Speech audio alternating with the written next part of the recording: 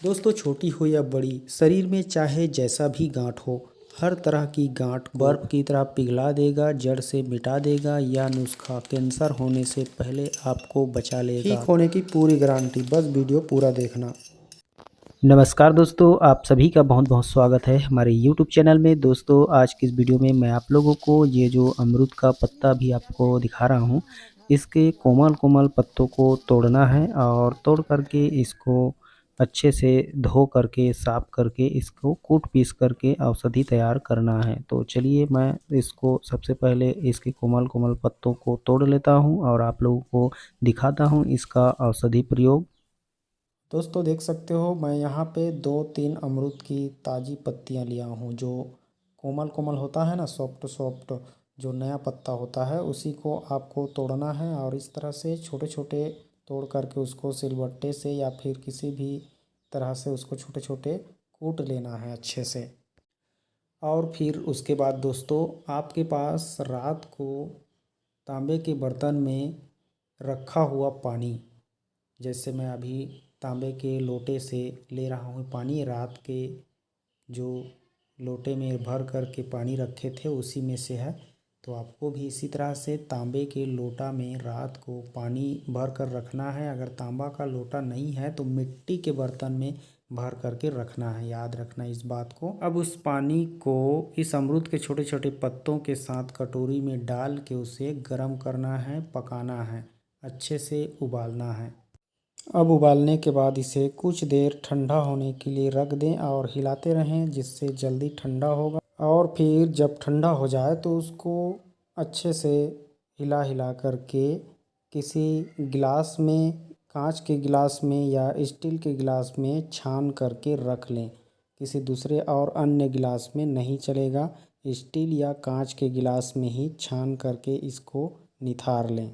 अब इसके बाद दोस्तों, इसमें आपको मिलाना है 1 चम्मच, जिस तरह से मैं अभी मिला रहा हूँ आप भी इसी तरह से 1 चम्मच शुद्ध शहद मिलाना है। अगर आपको देसी शहद मिल जाता है जो गांव देहात में मिलता है तो अच्छी बात है। अगर नहीं मिलता है तो आप मेडिकल स्टोर से ही कोई सा भी शहद ले सकते हो। तो इस तरह से आप 1 चम्मच शहद इसमें मिला करके घोल लीजिए। और घोलने के बाद इसमें एक और चीज़ मिलाना है और वो है 1 चम्मच नींबू का रस, छोटे चम्मच में। इस तरह से आप देख सकते हो 1 चम्मच नींबू का रस इसमें डाल के इसको भी अच्छे से घोल लेना है। तो इन दोनों को मिलाने के बाद इसको अच्छे से घोलना है और घोलने के बाद इसको सुबह सुबह खाली पेट आपको पीना है दोस्तों। सुबह सुबह खाली पेट, यानी दातून ब्रश करने के बाद। अब इस तरह से पीने के बाद 1-2 घंटे तक कुछ भी ना खाएं। हो सके तो दोपहर तक फल खाकर रहें। और उसके बाद दोस्तों, जो गांठ वाली जगह है वहाँ पे आपको जो बचा हुआ अमरूद का पत्ता है या फिर ताज़े अमरूद का पत्ता फिर से ले लें और उस ताज़े अमरूद के पत्तों के साथ 4-5 लहसुन की कलियों को छील करके एक साथ उसको भी पीस करके उसका पेस्ट तैयार करना है और उस पेस्ट को उस स्थान में लगाना है जिस स्थान में गांठ है, रसोली है या फिर किसी भी प्रकार का मस्सा है। और लगाने के बाद कपड़े की पट्टी लगा करके बांध भी दें। अगर मस्सा या रसोली या गांठ नाक के भीतर है या फिर कान के अंदर है तो ऐसे में आप लहसुन का रस निकाल करके 2-2 बूंद उसमें टपकाते रहें, सुबह शाम पूरा साफ हो जाएगा। अगर आप इसके अलावा कचनार के पेड़ पौधे को पहचानते हैं तो कचनार की जो छाल होता है उसके छाल को भी पीस करके मस्सों में, गांठ में या रसौली में लगाया जाता है, जिससे हर प्रकार का गांठ का नाश हो जाता है और वहाँ का निशान भी मिट जाता है। तो गांठ के लिए कचनार का छाल भी बहुत ही उत्तम औषधि है दोस्तों। अब इसके बाद जब भोजन करने का समय हो तो भोजन करने से पहले थोड़ी बहुत सलाद जैसे खीरा, टमाटर, गाजर, मूली का अवश्य करें, क्योंकि खाना खाने से पहले सलाद खाने से किसी भी प्रकार की गांठ को पिघलाने में शरीर को बहुत मदद मिलती है।